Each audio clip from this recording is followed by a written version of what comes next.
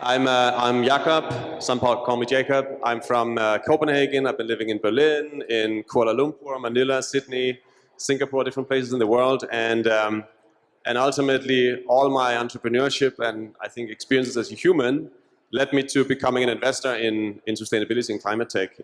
So I've started a fund with 3 partners and an amazing team now based in London, Copenhagen, and Berlin. We call 2150. The reason for that, because everyone asks, is that we try to look far into the future. And we have a postcode in Copenhagen called 2150, which is new and very sustainable and very amazing, where we have our office. What we do is we invest into essentially a better future for humans on the planet. And we look through a certain lens, which is urbanization. We fundamentally think that that is where people will continue to seek prosperity, health, education, culture, all the great things in life usually concentrate in cities, and urbanization is exploding. You have population growth and you have urbanization rates that mean that you have 2/3 of almost 9 billion people that are going to live in cities by 2050. And that's, I think Bill Gates, he said famously, we have to build something similar to Manhattan every month until then. So it's quite daunting. Just until 2030, I think Africa needs 100 million homes. But we look at it more systemically because we realize it's not just about buildings. It's about the entire ecosystem. So we have a lens which we call, or a framework, a model, we call it the urban stack, because we come from tech probably, it's a metaphor, but it's essentially looking for all those intersections and confluences of resource problems, resource demands. 40% of energy is just going to building and running infrastructure and buildings. But we look for these big problems where technology, impact, and the biggest challenges of our time are converging across the urban stack. So anything that enables the city, anything that sort of builds it, anything that powers it, feeds it, cleans it, keeps it safe and healthy and resilient and secure. So essentially, some people call us a generalist in disguise. So we do many things. But it's not a get out of jail card. It's really like an attempt to look for the most important intersections and parts of a system which we believe cities are, and we believe cities will continue to dominate civilization, and they should be thriving and they should be resilient. Cool. I will come back to the resilience. I'm going to ask you about frameworks and how you think about it, because I think most of the people sitting here understand decarbonization pathways. It's pretty clear. I'm not saying it's easy, but it's at least clear. Resilience there's no real good framework. So we can dig in on that a little bit.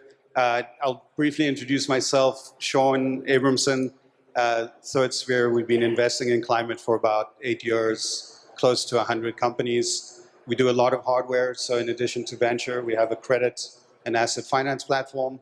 It's not that we don't like banks, they just don't like going early, and someone's got to do the first non-venture financing, so we do that too. In terms of where we've invested, about half of what we've done is mitigation, about 25% is resilience, and so we love the topic. It's not the most common part of the climate discussion today, but we think eventually people are going to realize that we're already the climate has changed, and we're going to have to spend a lot of money just to keep a lot of the systems that we have, and that money is actually going to take money and resources away from decarbonization. So that's one of our main concerns. So maybe should we talk a little bit about frameworks for, how do you define resilience, I guess, is a question. Yeah.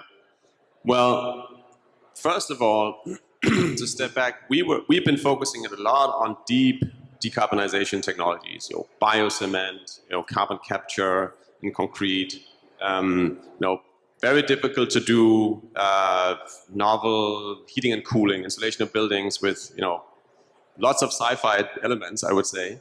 And we realized that we're basically looking for drop-in solutions that can work today, that can be economical, they can compete, and they can scale up. So they can have immediate impact now, because the cost of carbon, or the opportunity cost of carbon in the next 7-10 years is a lot higher than later. So we need to decarbonize fast. So we were focusing a lot on mitigation in the beginning. And we increasingly realize that, most likely the future will not be 1.5 degrees. There will be other problems to solve, and we have to think about adaptation. And that's where we get into resilience. How do we think about, investing into technologies and companies and services that are going to make societies more resilient? So we had sort of a little bit of a mind shift challenge, and we realized, okay, well, this amazing biocement, it has a green premium so far. We're trying to get it down. There are customers in developed markets, they will pay for that, hopefully, and hopefully we'll scale downwards. But is it really going to move the needle for the 100 million homes we need to build in the next 8 years in Africa? I'm not sure. So we started thinking, and I think we're still thinking about the best ways of thinking about resilience and adaptation to climate change and climate risk, especially in more fragile economies that are most at risk. We're fine in Copenhagen, most likely, right? We will probably manage. So I think what we're sort of arriving at is that we need to really think about fundamental prosperity and economic development that is bottom up. So not trying to export institutions and export Western solutions, but induce entrepreneurship and innovation and growth from civil society, essentially, in a lot of these places. And I think pretty much that's kind of where we're heading towards at the moment when we think about resilience, at least in emerging markets. If we are talking about back home, it's a lot about the new infrastructure, the distributed energy grids, all the stuff we're sort of trying to invest in and to scale up, and hopefully we're going to just it's just going to be big infrastructure funds rolling this stuff out over time, and big government investments. But how do we keep all that stuff safe and secure from any kind of risk, climate risk, cyber attacks? There's so many new fragilities in a distributed, decentralized energy system, for instance, that we are just kind of getting started on. So I think that's another part we're worrying about. Yeah, I mean, I think there's some interesting parallels with sort of IT infrastructure, and we talk about sort of SLAs and uptime, and we've never really applied that to all the other human systems. So we've got a grid that's about 120 years old. It mostly sucks, depending if you're not in Europe. So if you live in California, you've been introduced to a grid that goes down every couple of weeks. It's crazy, and so there's sort of a mind shift. We'll have conversations with people who say, we're comparing different types of power generation based on the levelized costs to produce power. And that only makes sense if you can actually get electrons to where they're needed. But it turns out that in most places in the world, between fire and floods, typhoons and hurricanes, there's no guarantee that the grid is actually up. And so there's very competent, very serious people still using levelized costs to inform their thinking about making big investments. And actually you can't deliver electrons. So one of the things that we've started to think a lot about is mitigation is very interesting. Obviously we need to reduce carbon, but a lot of the basic assumptions that we build on, a lot of the systems that we assume are going to work are actually failing. And so one of the most interesting companies that we invested in works with companies like Amazon, with large port and logistics players. And they all have come to sort of the same basic set of questions, which is, I can make my warehouse and the systems in the warehouse really, sort of resilient to any kind of disruption. Now I have another set of concerns, which is when I leave my warehouse, what's my biggest risk? And the answer sometimes is the highway washed away, right? So in the US, we've got an interstate system that last year, there were big chunks of the interstate just missing. We had a fire, and then they got washed away. And so if you try and get from the West Coast to Colorado, good luck, we still don't have a highway. And so those are the things that we find most interesting is we've built a bunch of systems, they've worked fine up until now, and we have to think really carefully about, do we keep building them the same way? And how do we ensure that they actually stay online? And so we think one of the things, if you're coming from cyber, if you're coming from sort of IT resilience and SLA types of thinking, applying those ideas to all of the other infrastructure is super interesting. Yeah, I fully agree. And And then if we can look to, I'm pretty much like thinking a lot about the global south at the moment. Maybe because I lived there once and kind of saw what kind of life you can have there and not have there. But I think it's interesting to think about a place like Africa. I have a good friend. He used to run nuclear at RWE, like a big German utility. He's an energy dinosaur, but also super expert. And he now only runs like solar companies. He's an entrepreneur. He has like wholesaler. He builds like utility scale plants. Oh wow! And you just have to hold it like this. And he is developing off-grid solar solutions in Mali. And it's quite interesting. He told me it's funny because someone invested in a utility grid for these villages, right? But no one ever connected any power, so they're just lying there. So we tag onto them. It's very smart. But I think the point of that is, if you think about the old ways of building out energy infrastructure, like in Denmark or wherever, I mean, there are a lot of issues and they have not been maintained, and that's why you have blackouts everywhere, and it's getting worse. But over time, it's all going to be about generation is going to be almost free in many places, and distribution is going to be where the cost and the complexity and the security and the resilience is going to be taking place. In Africa, I think you might see a little bit more of a leapfrogging. So off-grid solar solutions might become what M-Pesa was in finance in East Africa, where on feature phones and with telco masts, you essentially created, I think, one of the most powerful disruptions that created financial inclusion for a whole region. I think off-grid solar and storage could be sort of like a leapfrogging technology in such markets, because building out that infrastructure that we have and take for granted, it's a $1 trillion effort, and that's just not been very successful in many places. So speaking of sort of interesting investments, maybe can share some of your current portfolio. Yeah. You don't have to have like favorite children, but just maybe the most recent or first one that comes to mind. Well, one investment we're quite excited about is a biocement company. We are generally quite focused on and believe there's a lot of potential in the bioeconomy. One of our investors is one of the leading industrials and strategic companies in the bioeconomy called Novo Holding, and they have they produce all kinds of stuff using enzymes in big bioreactors. And actually, I learned recently that 42% of net dollar exports from Denmark, that's my home country, is actually stuff that's been growing in a reactor using fermentation. So I was pretty amazed by that. We export a lot of beer, dairy. I was going to say, that sounds like beer. But also a lot of insulin and other products.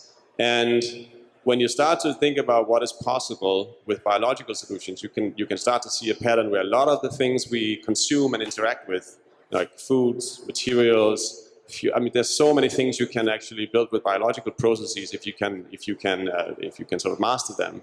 And we think that's a big potential. So we're looking for companies that are sort of addressing that. And we've made one investment in a biocement company in the US, actually. It's called Abramson, and they have bacteria that are, well, I hate to say it, but they're shitting bricks. So they're creating cement in a bioreactor. It's quite an amazing process. And they have a real product, and they're developing towards structural concrete, so you can actually build like big stuff with it, which is very high potential and potentially like absolutely carbon neutral, which is amazing. And now, so that has sort of made us more excited and bullish about the bioeconomy. We also always look for the data layers that don't exist but need to exist in different parts of the urban stack, as we call it. One investment we've made is a company called Normative out of Stockholm, and now with a big team in the UK. What they do is they automate in a very novel, and I think probably the best way we've seen, the carbon footprint of corporates of different sizes. And they do that with it's some sort of big data model and data science and a lot of data processing. And it's kind of one of these things where we couldn't really say, well, this is going to drive a certain amount of impact, but we can see if you don't have that data, like how are you going to drive change? So we're looking for those data sets across biodiversity and other parts, like the entire urban economy, and try to have that as a foundation for essentially digitizing the problem a little bit. so that change and innovation can be built on top of that. Yeah, I'm just thinking about example. I'm not supposed to have favorites, so I don't love to do this, but maybe the most interesting example just from a why is climate sort of in many ways as an investor more challenging than any other area that I've invested in. Probably our most valuable investment is a company called Bowery Farming, and they do indoor vertical farms. Pretty large, kind of $50 million warehouses, lots of automation. And the process of making the investment at pre-seed was interesting because if you took a snapshot of energy costs at that moment in time, it was a terrible investment. It was just a horrible decision. But if you assume that energy costs could drop in half, if you could see efficiencies in HVAC or efficiencies in LEDs, so you could get down to something that is 20, even 10% of the cost from 2015, it starts to look really interesting. And then if you project forward a little bit into the world and you say, well, do I think food prices are going to be flat or increase or decrease? Our thesis was there'll be much more volatility, yields are going to suffer, and so we're going to have food price increases. So obviously right now, there's other factors that drive that. But if you this is a 2015 investment, so 7 years in, cost curves are kind of amazing, right? A lot of it is, we can thank China for making sort of cheap solar and cheap batteries and cheap wind. They've done 80% of the work. But climate is interesting because we've got these cost curves. We spent sort of 20, 25 years betting on the internet. Obviously, there's hardware for the internet. It's in data centers, so we usually don't see it. Most founders don't see it. But in climate, there's a lot of hardware cost curves that make investments in resilience really interesting. And so that, that's one example that's working out directionally. The company really just benefits from 3 or 4 ecosystems that are driving down costs, and they benefit from being able to ship sort of cheap indoor-grown produce. The other is sort of a weird fintech problem, which is one of the things we notice is if you go to big reinsurers like Swiss Re or Munich Re, they are actually reducing their coverage in a couple of different ways, either making it more expensive, or if you read the fine print, they're reducing coverage, so good luck getting paid. They have more lawyers than you do. And so the end result is that we actually have shrinking property coverage quite rapidly, right? So there's an estimate in Australia, 1 in 25 homes currently is not eligible for coverage between flood and fire risk. That number probably goes up to 5 in 25 within 10 years. And that's kind of insane. I don't know what we do about that, but we are seeing more entrepreneurs show up and try and figure out fintech sort of lending solutions to price risk and show up in markets where they can provide some recovery. And so one of the interesting questions that we often have with local governments is, what does resilience mean? A lot of the time it means, what's the fastest recovery time so I can get an economy back to a functioning state? And usually that means that the businesses in the economy and the residents in that economy need money to repair and get things back online. And we actually don't really have systems to do that. If you rely on insurance, you are sometimes waiting years. If you rely on governments to do distribution, we're just starting to see companies show up and say, okay, instead of waiting 6 months, 12 months to repair a roof, we can get you money in a week. So these are some of the sort of unexpected consequences. There's not a lot of media about shrinking insurance coverage. But if you own a home or you own physical assets, your reality is changing quite quickly. And so that's the other interesting space. We have a company called Forward that started during COVID. I think they've distributed something close to $1 billion within 18 months to just get a sense of scale. And that's just like flood and fire disruption. Exciting. So what are some of the topics you are now looking for if you sort of think forward? What are the themes that get you excited? What are the things you're trying to find out there as an investor?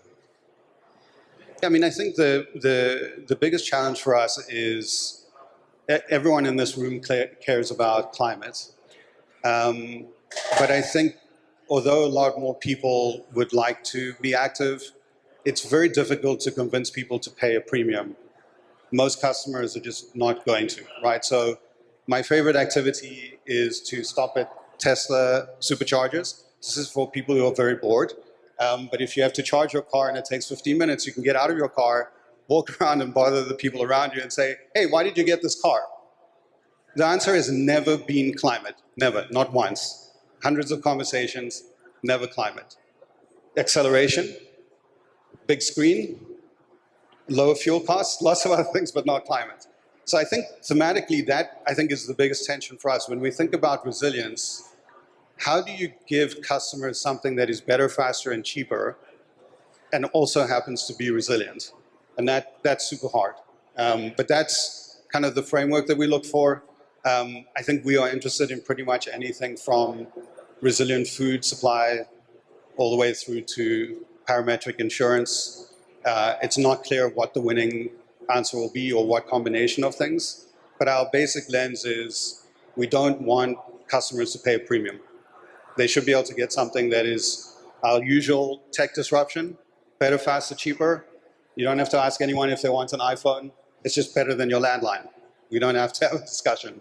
So that's kind of the framework that we think.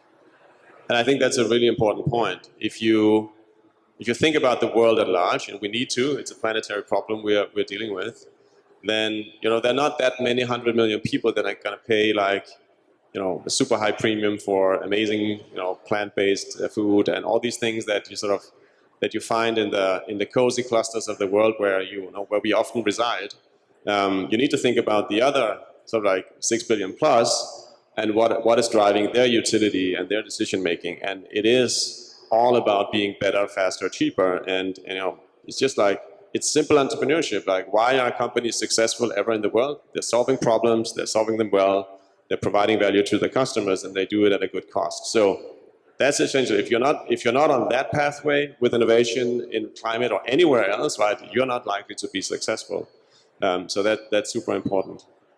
I mean, some of the things that we, maybe just to add to that we are excited about, and I alluded to it before, we really are looking a lot into the bioeconomy. We think there's huge potential across lots of categories, from materials to medicines to foods. And we've also identified that there's a lot of risk at the early stage of building your alternative proteins and scaling them up. The problem with biological processes is that they do not scale linearly, right? So if you have a small lab reactor, it's nice and cozy. Once you put that up to like a 10-meter tank and you have an atmospheric difference of pressure and lots of other things. Unless it's beer, somehow we scaled beer very well. Yeah, I mean, you go to Novo, these guys have been doing it for decades and they're super smart, and this PhD is running that tank, and you kind of ask him, so what's really going on here? They still have a lot of problems they cannot explain. With all the compute and CRISPR and genetic engineering technology that we've developed in the last decade and a half, it's really been a revolution. They still have big question marks. So what we're looking for increasingly is, what investors like to call picks and shovels. So enabling technologies that can work horizontally across the bioeconomy. And we think data and compute is a very big part of that in terms of, predicting and scaling up new possible cell lines and so on. At the end of that, there's an infrastructure play, and we also think that's very exciting, where we don't have an infrastructure fund just yet.